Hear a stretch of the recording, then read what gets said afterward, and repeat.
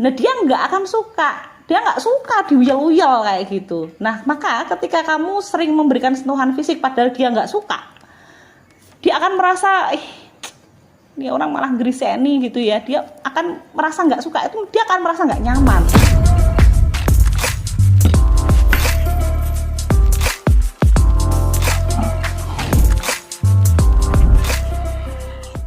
Halo teman-teman, senang sekali saya dapat menjumpai kalian di channel Teman Sharing.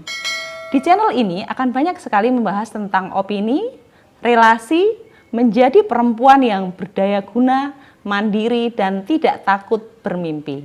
Oke, tema kita kali ini adalah tentang bahasa cinta yang kaitannya dengan relasi. Saya mau nanya dulu nih, pernah nggak kalian berada dalam sebuah situasi atau kondisi di mana kalian merasa kamu sudah sayang banget dengan seseorang, kamu udah cinta banget dengan dia, kamu kasih semua yang kamu pikir itu sudah menunjukkan rasa sayangmu buat dia, tetapi dia tidak merasakan apa yang sudah kamu berikan buat dia. Dia merasa kamu tuh belum sayang sama dia. Apa yang sudah kamu berikan setengah mati, tapi dia ngerasa kamu belum apa-apa gitu. Sehingga kamu merasa kayaknya pengorbanan yang kamu lakukan itu sia-sia. Oke, kalau kondisinya seperti itu, kemungkinannya adalah caramu menyampaikan bahasa yang kamu sampaikan untuk orang yang kamu sayangi tersebut tidak bisa diterima, tidak bisa dipahami oleh pasangan. Sehingga dia tidak tahu apa yang kamu maksudkan. Sehingga nampaknya usahamu tampak sia-sia. Oke, saya pun pernah mengalami kondisi seperti itu. Sampai akhirnya saya menemukan sebuah buku yang bagus yang berjudul Five Love Language yang ditulis oleh Gary Chapman. Nah, love language adalah bahasa cinta atau cara seseorang menyampaikan atau mengekspresikan cinta atau kasih sayang kepada orang lain atau kepada pasangan atau kepada anak atau kepada siapapun yang dia menjalin sebuah relasi. Oke, ada 5 bahasa cinta yang ditulis oleh Gary Chapman, tapi sebelum saya sampaikan kelima itu, saya mau nanya dulu nih, nanti teman-teman bisa jawab di kolom komentar ya.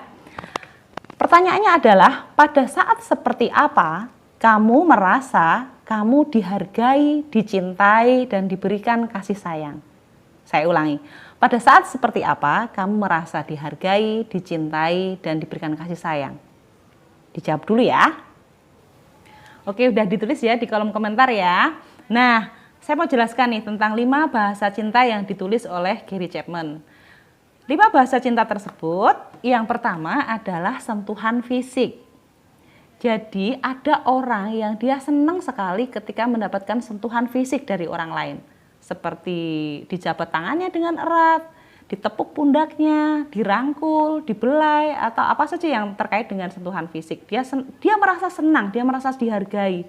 Dan dia merasa ketika dia diperlakukan seperti itu oleh orang lain, oleh pasangan, oleh teman, atau oleh saudara, dia merasa penuh disayangi oleh orang itu.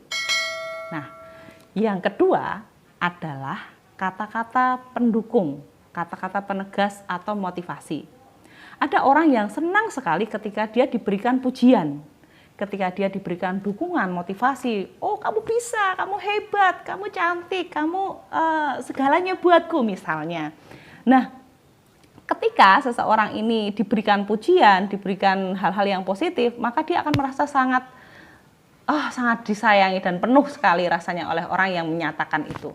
Nah, yang ketiga adalah waktu berkualitas. Ada orang yang dia akan merasa dirinya dicintai, dirinya disayangi ketika dia banyak bersama-sama dengan orang yang dia berrelasi dengan orang itu. Jadi banyak ngobrol, kumpul-kumpul, atau melakukan hal-hal yang sepele, berkebun misalnya, atau bersepeda bersama, atau cukup ngopi bersama sambil cerita-cerita yang nggak penting gitu. Nah, ada orang yang seperti itu, senang sekali ketika dia dibersamai atau dia ditemani.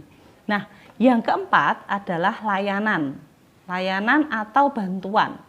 Ada orang yang dia senang sekali ketika misalnya dia diberikan bantuan-bantuan seperti misalnya diantar jemput, berangkat kerja diantar jemput, berangkat sekolah diantar jemput, atau dia buatkan masakan istimewa, atau dia dibuatkan minum, atau apa saja yang terkait dengan bantuan atau layanan atau hal-hal perhatian-perhatian kecil, dia akan senang sekali diperlakukan seperti itu. Yang kelima adalah hadiah atau pemberian.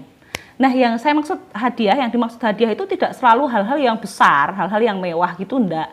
Jadi kadang-kadang cuma diberikan oleh-oleh atau cuma diberikan kartu-kartu atau diberikan misalnya bepergian dari mana, terus oh teringat ini, ingat kamu nih, terus dibawakan souvenir gitu, itu sudah merupakan hal yang istimewa buat dia. Jadi ada kan ya orang yang dia selalu menyimpan pemberian orang dengan baik, mendokumentasikan pemberian orang dengan baik. Apa saja, souvenir, gantungan kunci, atau hadiah yang lain disimpan di rak yang cantik gitu. Nah, seperti itu tadi contoh dari bahasa cinta hadiah atau pemberian.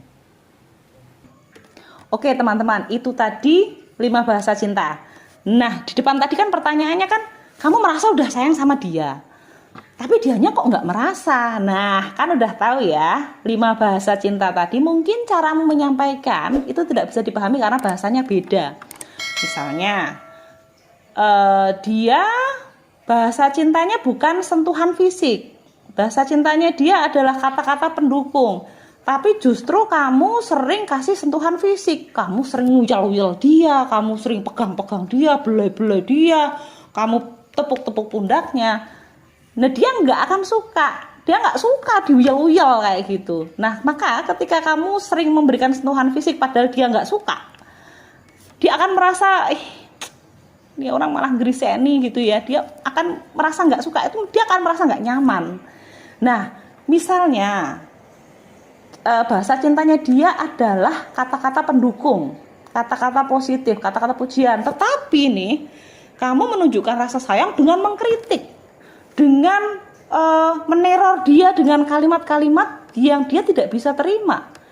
Nah, maka dia tidak akan merasa kalau kamu tuh sayang sama dia.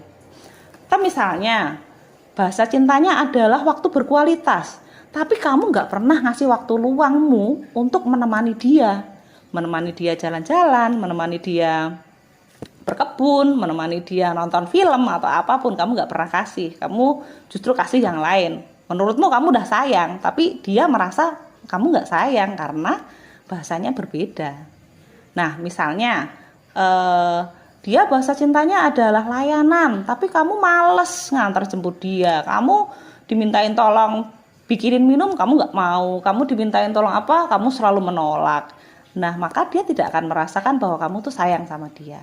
Begitu. Nah, coba kenali pasanganmu atau orang yang ingin kamu berikan kasih sayang itu. Kira-kira bahasa cintanya dia itu yang mana?